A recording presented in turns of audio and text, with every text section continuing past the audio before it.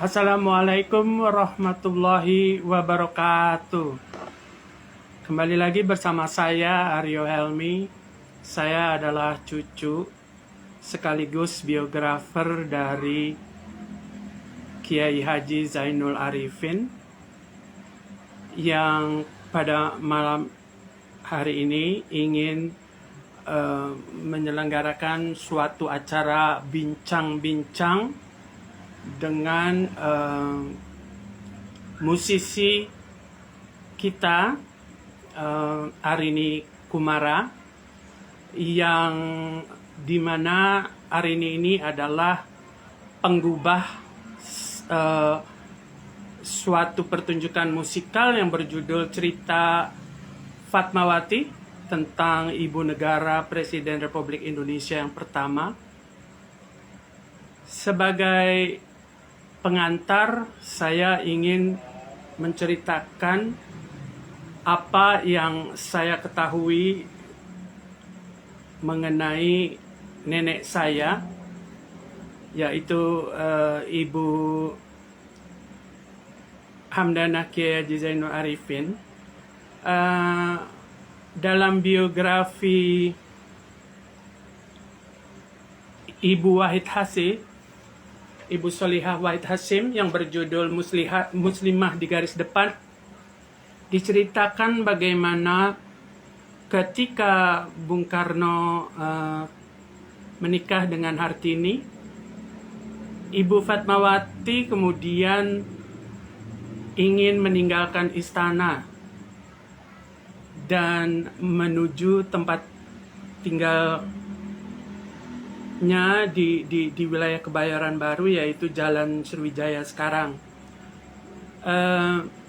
Tetapi pada waktu itu Ibu Solihah Wahid Hasim dan Nyai Hamdanah Zainul Arifin datang ke istana berusaha untuk mencegah Ibu Fatmawati agar jangan meninggalkan istana negara karena dikhawatirkan terjadi kekosongan untuk posisi ibu negara.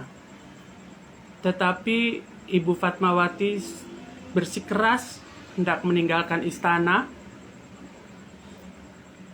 Kemudian apa yang terjadi ialah ketika Bung Karno mengadakan kunjungan kenegaraan ke Amerika Serikat dan beberapa negara Eropa Barat,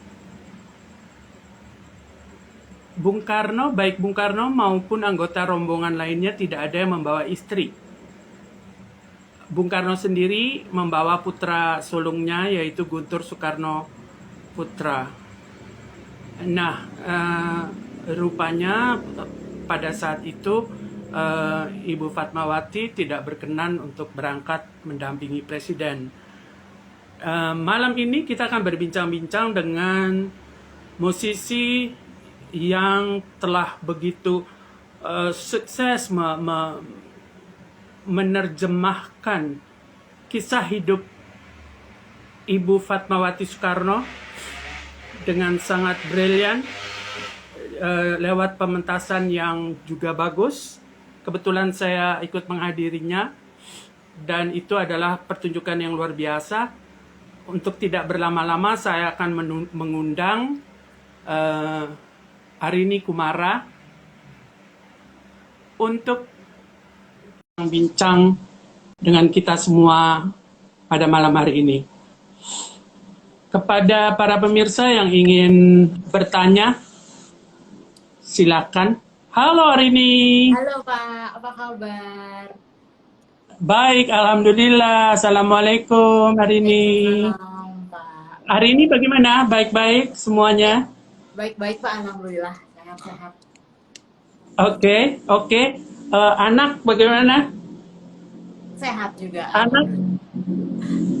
Oke. Sekarang kesibukannya apa nih hari ini? Sekarang selama pandemi sih jadi ibu-ibu Pak. Oh gitu, pantesan saya tunggu-tunggu mana nih. By the way, bagi yang ingin melihat bagaimana hebatnya Arini Kumara ini memainkan cello, silakan langsung berkunjung ke profilnya, dan di situ banyak sekali contoh-contoh kehebatan Miss Arini ini dalam bermain cello. Saya sampai terkagum-kagum sekali. Satu Ya, setengah gitu, Pak. Gitu sih, bukan 12. ya, ya, ya, ya, ya. You're my favorite artist. So, Arini, saya mau langsung aja nih ya kita bicara-bicara ya. Ayo, Pak. Ngomong-ngomong, nama belakangnya kan Kumara ya. Itu kok Iya. namanya familiar banget gitu loh. Hubungannya apa sih? Arini the artist sama Kumara the artist. Hubungannya itu apa? Em, ya ayah saya kebetulan dulu juga banyak bekerja di bidang seni ya Pak. Walaupun beliau bukan seniman sebenarnya, tapi beliau banyak mendukung secara teknis berbagai kegiatan seni gitu dan beliau juga cukup banyak apa ya, cukup banyak memberi referensi buat saya sebenarnya Pak dari kecil gitu untuk ya hal-hal kecil sih ngajak ke karena dulu ayah saya tuh sebelum kerja di TV Pak, beliau itu sound engineer Pak pekerjaannya. Jadinya kebetulan kalau ada yang tahu band God Bless gitu dulu ayah saya sound engineer-nya band God Bless. Gitu. Terus kebetulan juga dia dulu kerja di studio rekaman.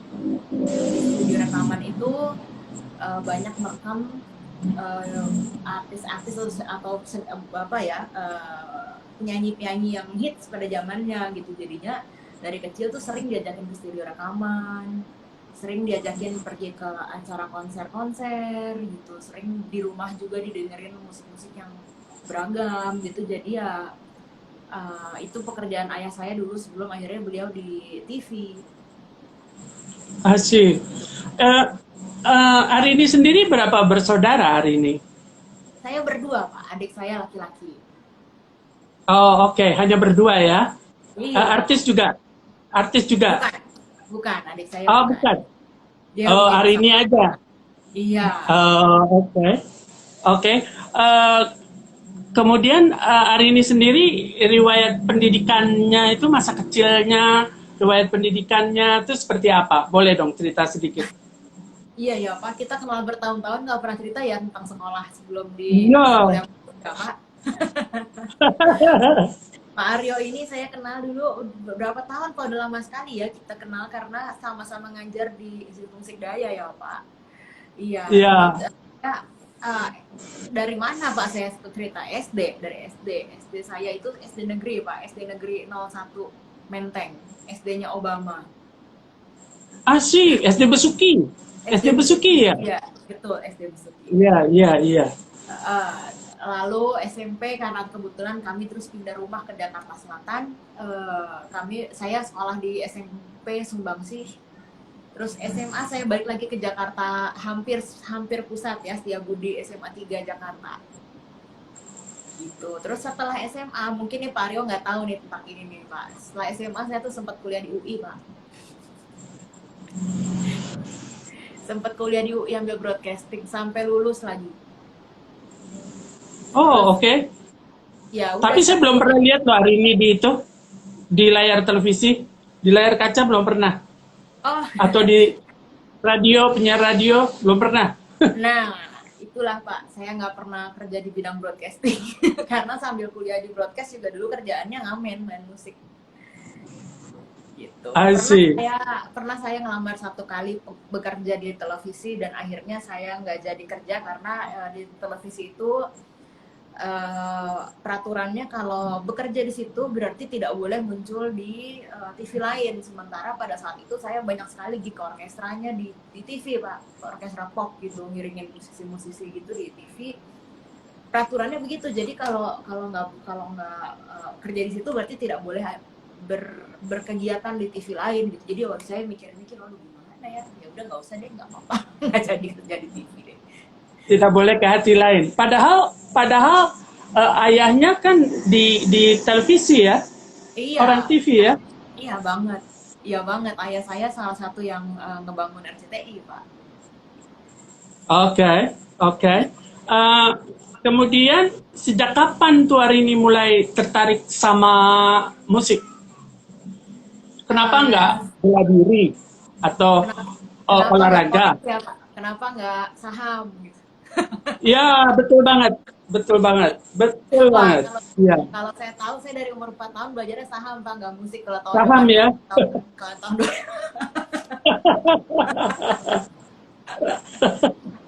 Tapi seandainya masih aja sempet dari dulu sekarang ini, tahu. masih sempet sekarang. Masih sempet sekarang. Jadi bagaimana ceritanya bisa ke musik, nyebur ke musik? Iya, lebih karena pengaruh orang tua saya juga sih Pak, yang kayak tadi saya cerita itu. Dari kecil kan udah sering ikut ke acara-acara gitu kan, dari bayi kali ya gitu, udah diajakin ke acara-acara musik, udah ngeliat belakang panggung seperti apa gitu, udah biasa ngelihat studio rekaman dari kecil itu. Terus sampai akhirnya umur 4 tahun saya didaftarin ke kursus musik anak Pak. Itu kalau zaman sekarang bahasanya early music program. Asik. Tapi Tapi nggak karena ada unsur pemaksaan ya? Nggak ada unsur pemaksaan ya? awalnya sih enggak, Lama-lama dipaksa. lama-lama dipaksa untuk latihan. Awalnya sih fun, awalnya semuanya fun, sampai akhirnya musik itu kan butuh ketekunan, butuh butuh continuity ya Pak, butuh latihan, butuh apa ya, butuh disiplin. Nah, pada saat udah butuh disiplin itu saya dipaksa untuk latihan. Iya, iya. Gitu. Eh, Jadi 4 tahun Oke. mulai. Umur 4 tahun masih ini sekali ya, Iya Pak. balita. Iya, iya. Terus hari ini kapan tuh mulai diperkenalkan ke instrumen-instrumen musik yang berbeda? Eh, Atau hanya satu aja?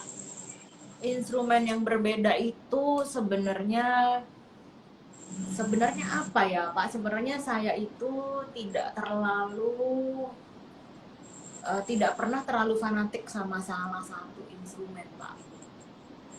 Jadi saya tidak pernah menyebut saya misalnya basis, atau saya tidak pernah menyebut saya ini apa gitu, saya pemain cello atau saya pemain apapun, saya tidak pernah memberi label itu sebenarnya.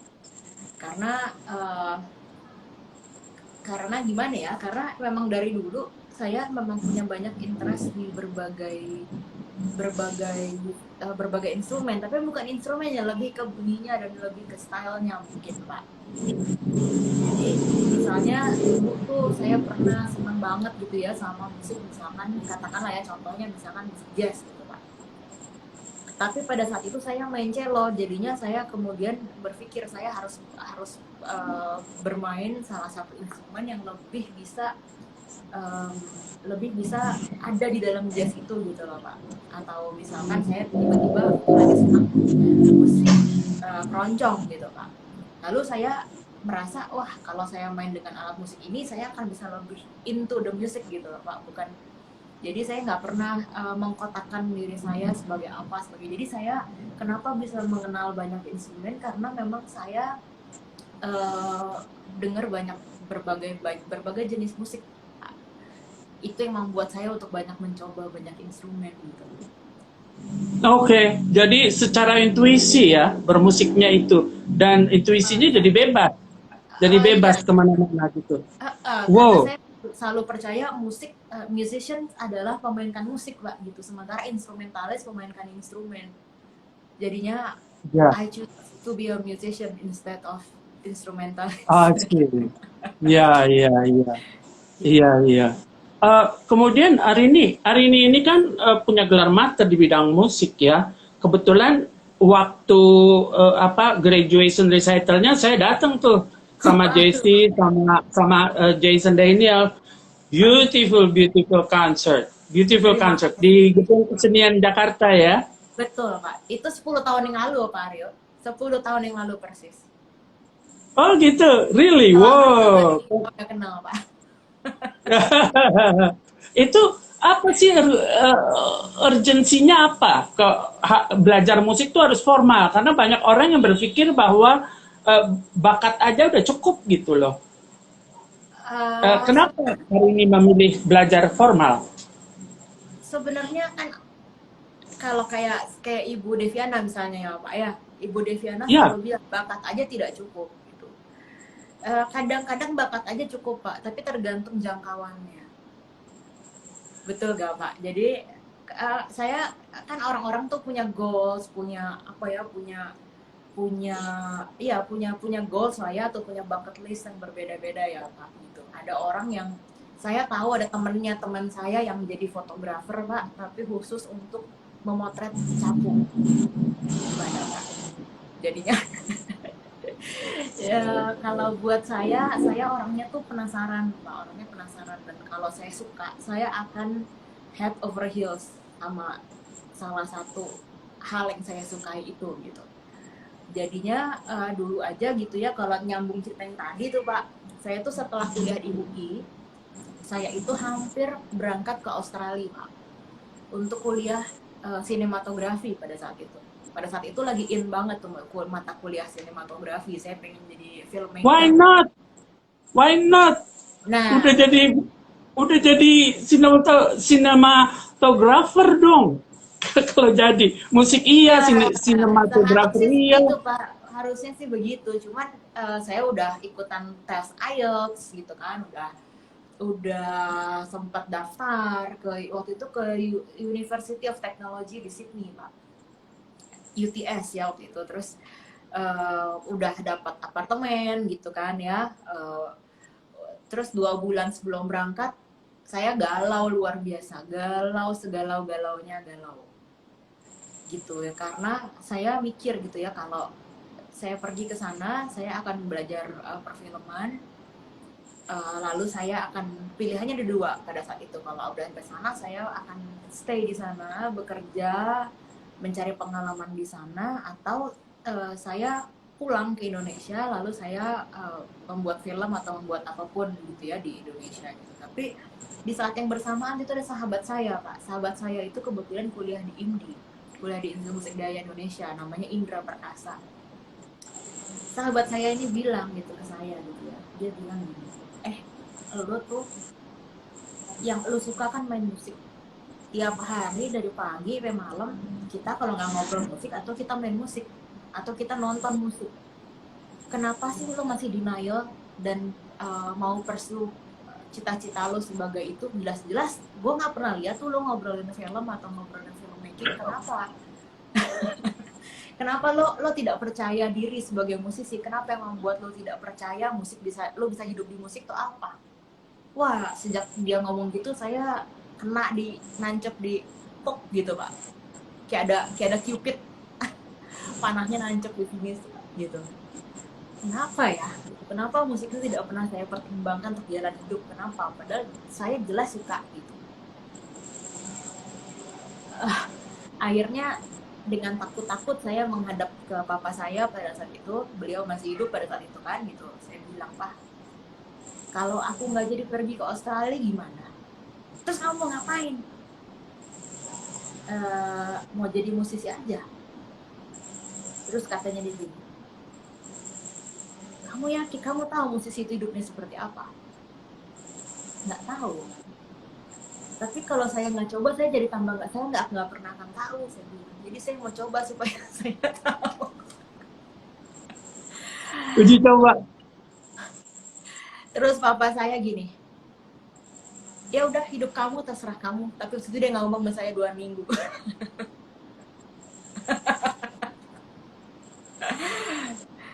Jadi itu kita nggak ngobrol 2 minggu, lalu saya daftar. Kebetulan saya waktu itu pas lagi ngomong gitu tuh pas lagi buka pendaftaran Pak di tempat kuliah gitu kan. Saya daftar, terus saya cuma bilang gitu. Jadi biasanya nih ya papa saya ini orang yang paling support.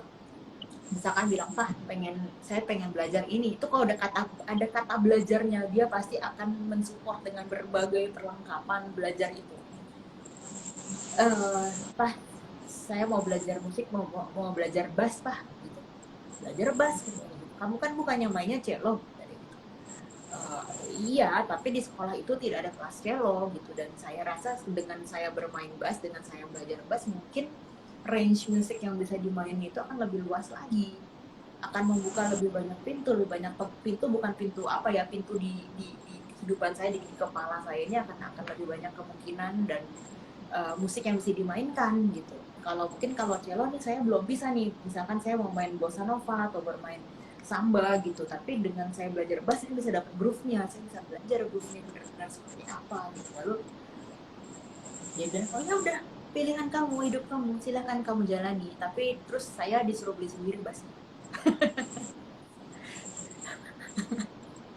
gitu. Jadi dengan ada dia, kebetulan waktu itu kan saya suka ngamen-ngamen ya Pak. Ngamen-ngamen itu yang saya sebut ngamen ini tuh main-main cello secara komersil gitu Pak. Pada saat itu gignya lumayan sebagai pemain cello itu pada saat ini kan sekitar tahun 2005 2006 ya Pak. Itu lumayan banyak sekali gig bermain cello pada saat itu. Dan not bad gitu secara income tuh sebenarnya nggak untuk, apalagi untuk hitungan mahasiswa ya waktu itu seperti saya tuh itu lebih dari cukup gitu. Terus udah gitu ya oke, dengan tabungan yang ada saya berhasil beli bass. Bass yang saya beli itu bukan bass bagus sama sekali Pak, itu bass buatan pabrik dari triplex bassnya.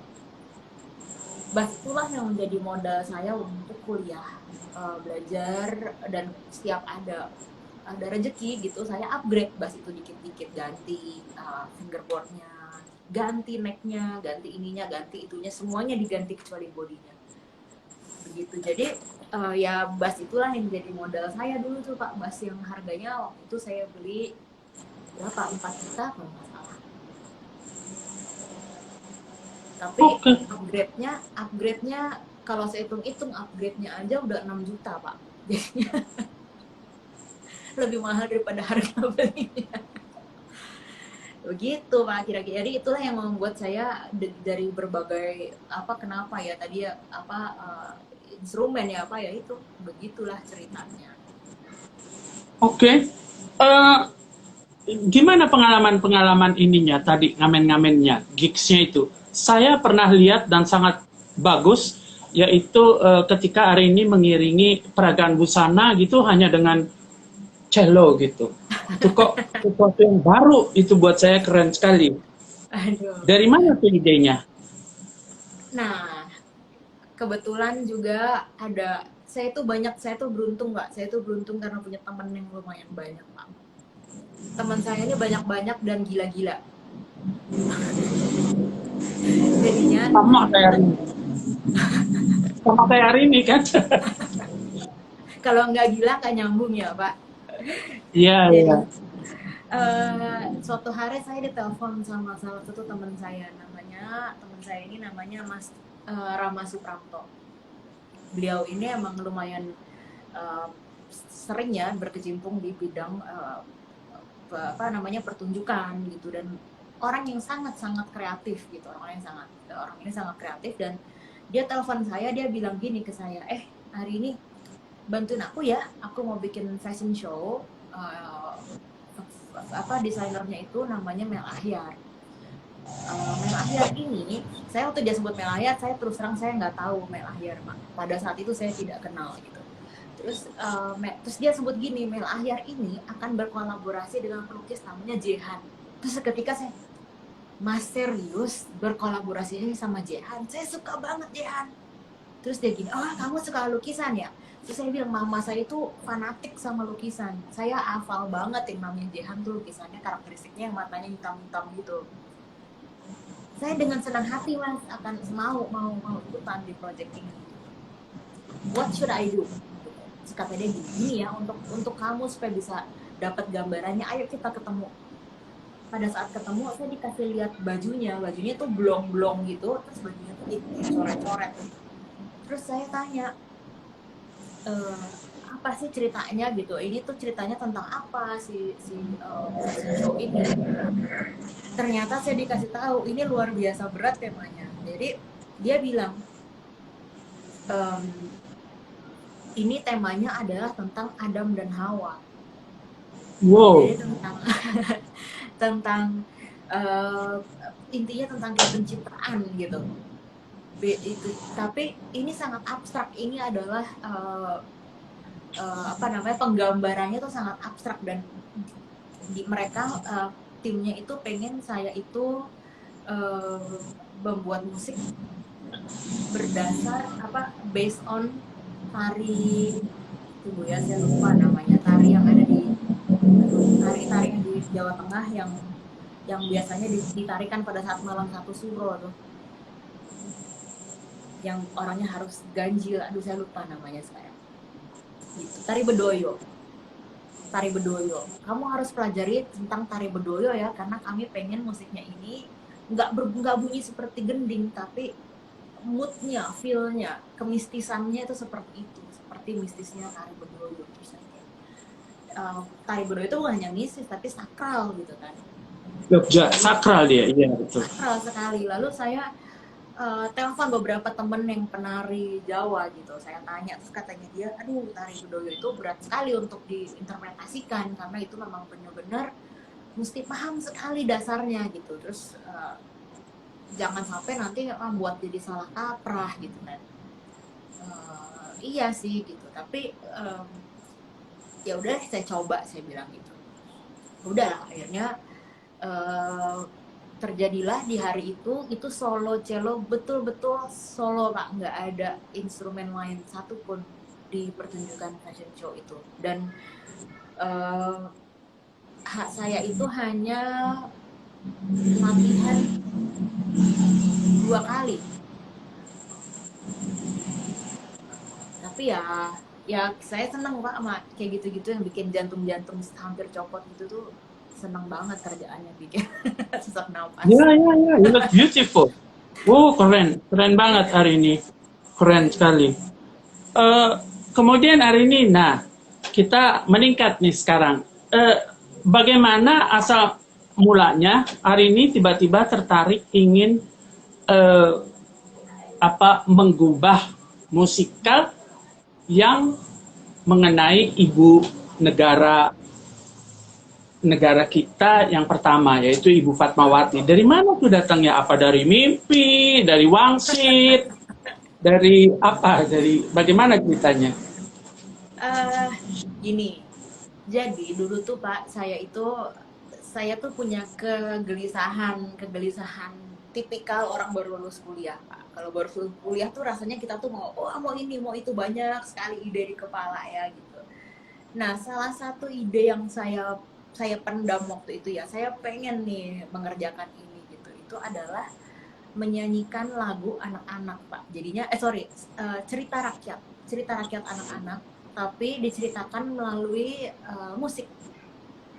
Itu adalah ide dasar cerita Fatmawati sebenarnya Pak. Itu jadi dulu cita-cita terpendam saya adalah bikin suatu karya lagu pop yang gampang sekali didengar gitu ya, dengan kualitas yang acceptable lah gitu. Jadi nggak bunyinya tuh nggak berantakan gitu ya, tapi gampang didengar, bisa diterima orang tua dan diterima oleh anak-anak gitu. Karena saya sering liatin teman-teman saya yang udah punya anak pada saat itu gitu ya, itu pusing karena anaknya denger Baby Shark atau dengar The Wheels on the Bus 1000 kali gitu ya, dengan aransemen yang MIDI, bunyinya tuh cempreng gitu, nyanyinya fals gitu. Terus saya cuma mikir, enggak, ini anak-anak kita, anak-anak Indonesia itu harus denger bunyi yang referensi yang bagus gitu. Referensi ini mereka harus dibentuk seleranya sehingga mereka nanti jadi manusia yang punya selera bagus gitu. Dan caranya gimana ya, dengerin mereka hal-hal yang bagus gitu kan. Jadinya saya mikir tuh, oh ya, saya mau liriknya ini bertentang cerita rakyat, yaitu Cindelaras, apakah itu misalkan Joko Tingkir, cerita-cerita rakyat seperti itu tuh hampir punah Pak, karena saya lahir tahun 80-an. Saya udah banyak nggak tahu Pak cerita-cerita rakyat itu. Apalagi anak-anak yang lahir di tahun 2000-an. Itu anak-anak zaman sekarang tuh cuma tahu cerita-cerita Frozen. Mereka nggak pernah tahu cerita-cerita kayak misalkan mungkin yang paling terkenal aja, tuh mungkin si Malin Kundang ya gitu. Itu aja mungkin sekarang udah banyak nggak tahu gitu kan. Nah itu membuat saya prihatin pada saat itu gitu ya. Jadinya saya pikir, wah saya mau bikin itu gitu. Tapi saya tuh pengen sekali bikin itu, dan saya pengen sekali bikin itu ada di Galeri Indonesia Kaya Pak, pada saat itu gitu ya. Saya bahkan udah bikin programnya gitu. Saya pengen bikin 3-4 judul dalam 1 tahun. Saya udah bayangin nanti ada keluarga-keluarga yang datang gitu ya. Itu menjadi tontonan yang mereka ajak hari Minggu, anak-anak pada nonton ke sana gitu. wah udah berhayal banyak. Tiba-tiba ini Pak, pucuk dicinta ulang tiba ini namanya. Tiba-tiba saya dikabarin dulu di IMDI ya Pak, gitu di Musik Budaya dikabarin, lo dapet slot di GIK. Jadi IMDI kan dapat slot itu selama berapa bulan pada saat itu gitu ya. Terus dikasih tahu sama teman-teman, lo dapet yang bulan Agustus. Cuman bulan Agustus itu pesan sponsor dari GIK adalah temanya patriotisme. Jadi Sorry, sebentar. Hari ini sebentar. By the way, ada Dua Hati dari Reza Bima. ya Reza Bima ini kan tim ini Pak, cerita Fatmawati dia. Iya, tahu saya. Lanjut hari ini. Ya. Jadi pada saat itu temanya patriotisme gitu ya, patriotis. Terus ya itulah gitu. Jadi saya mikir gimana ya, apa yang mau diceritain ya gitu. Kebetulan saya itu sering sekali skeptik sama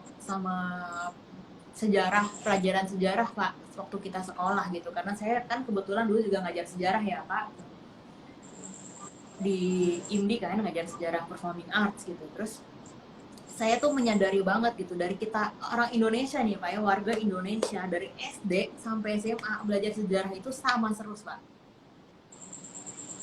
Proklamasi, apalagi KMB, konferensi meja bundar, itu terus diputer-puter dari SD sampai SMA. Itu terus, sementara sejarah Indonesia itu luas sekali gitu. Mulai dari kerajaan, mulai dari misalkan Pak, mohon maaf Pak, kakeknya Pak Aryo misalkan, itu kan kalau ceritain bisa seru sekali seharusnya Pak, itu bisa menjadi esai yang sangat seru gitu.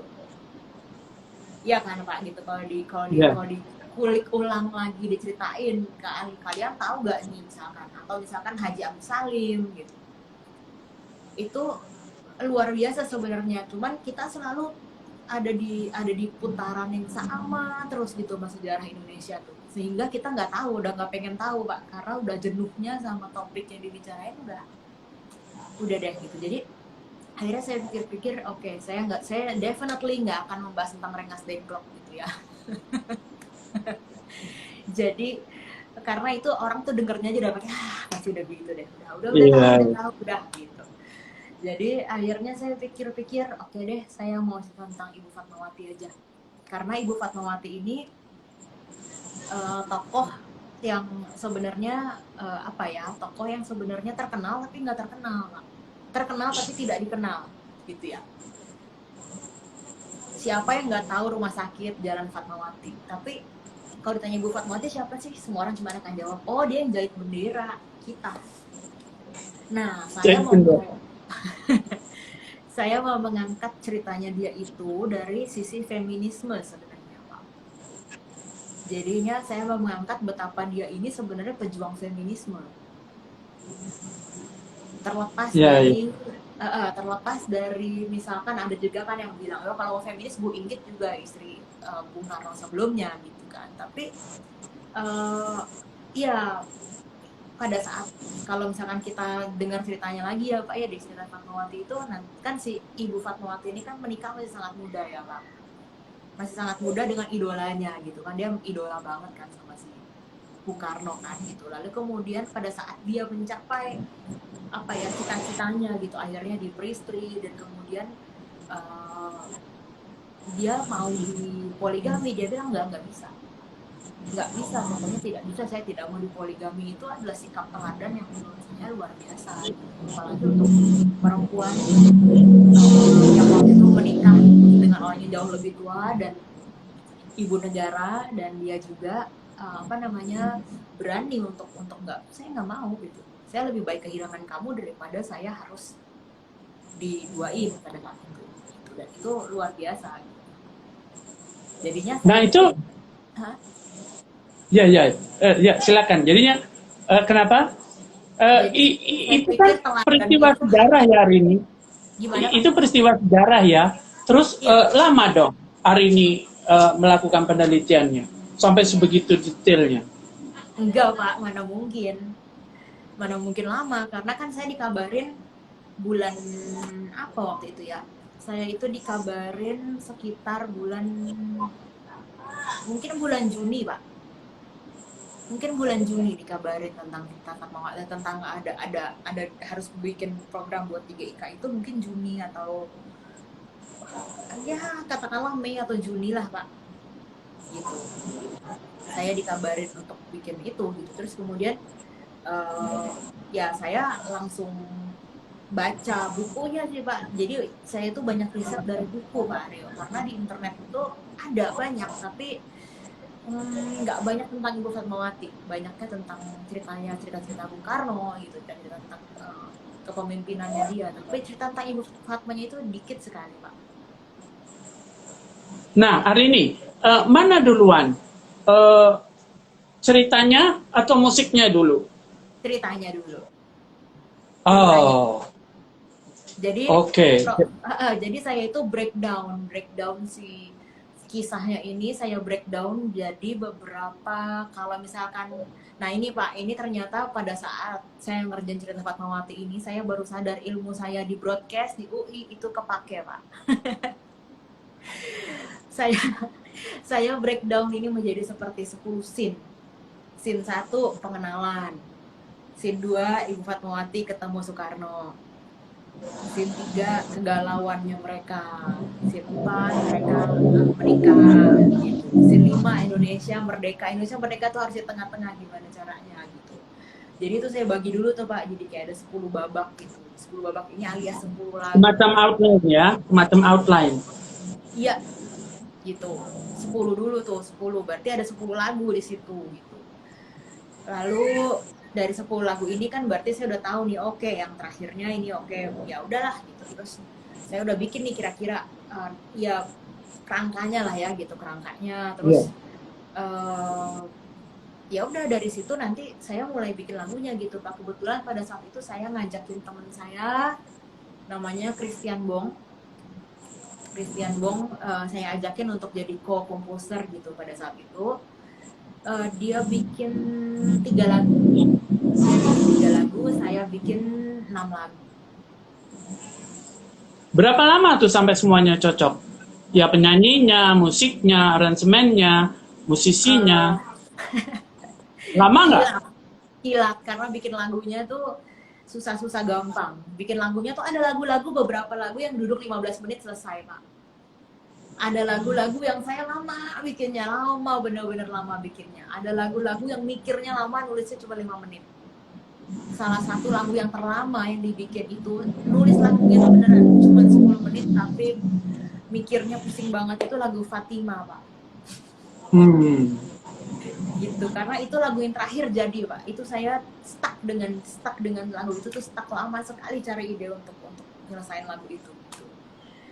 Tapi saya baca banyak buku kan gitu, Pak. Jadi yang paling susah itu adalah merangkum sedemikian banyak cerita menjadi lirik yang simpel dan sederhana. Dan lagi-lagi itu saya pelajarin di waktu saya kuliah broadcasting, Pak. Menulis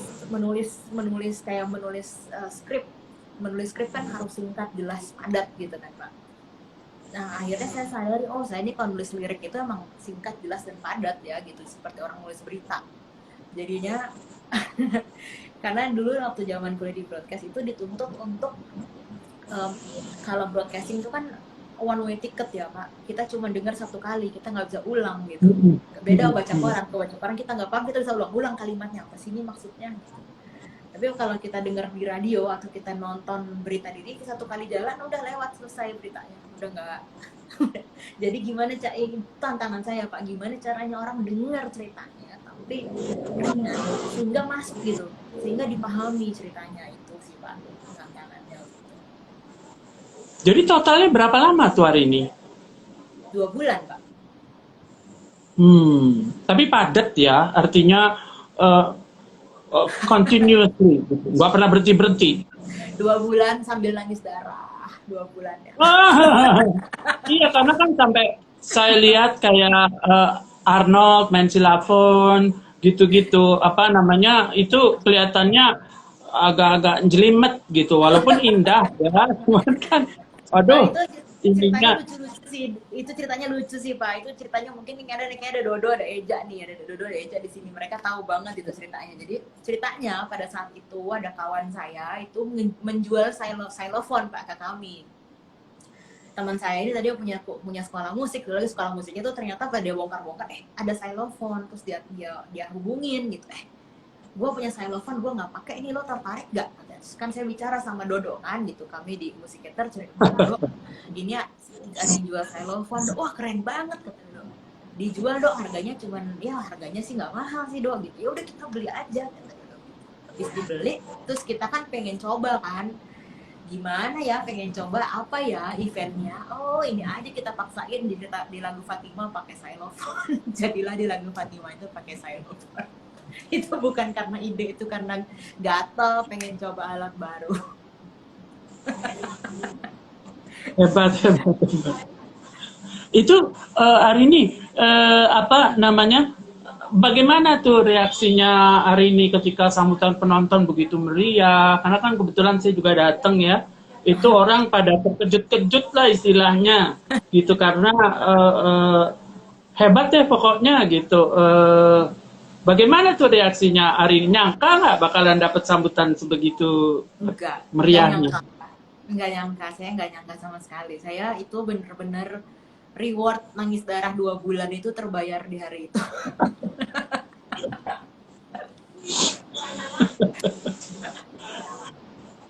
Iya iya, karena itu kan temanya juga nggak sembarangan ya, nggak bisa asal aja gitu ya. Iya, saya Kemudian juga eh, eh,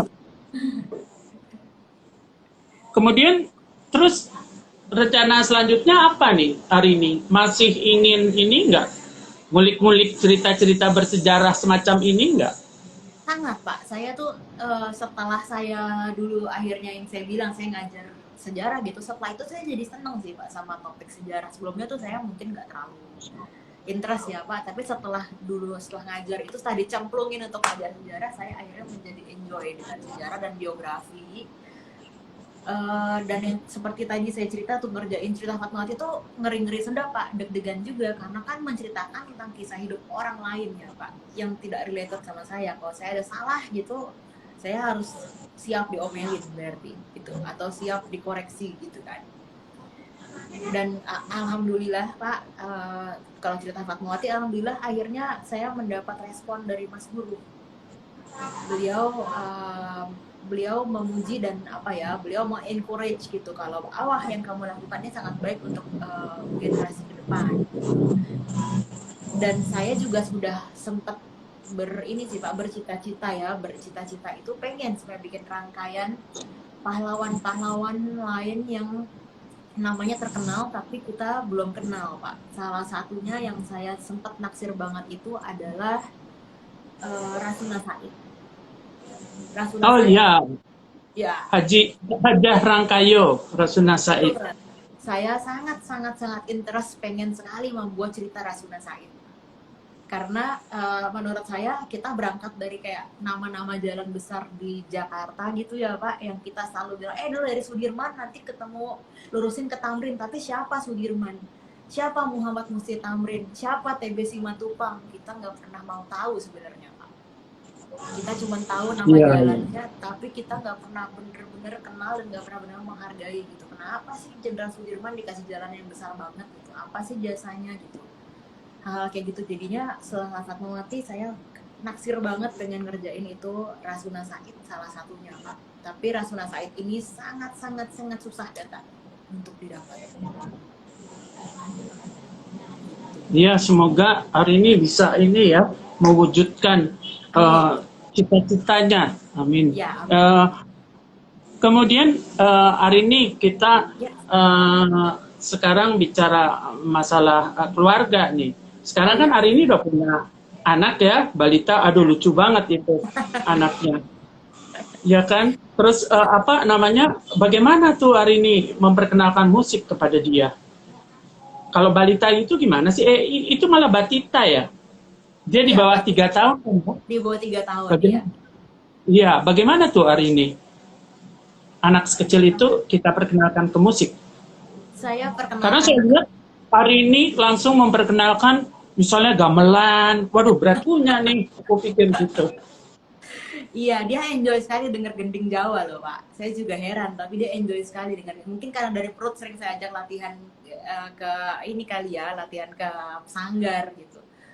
Padahal gamelan juga gamelannya ngawur-ngawur, yang main kan bukan pemain beneran semua, kan masih pada belajar semua, tapi dia tidak menolak dengan bunyi itu gitu. Yang saya lakukan untuk dia adalah lebih ke referensi sih, Pak. Saya kasih dia dengar berbagai musik.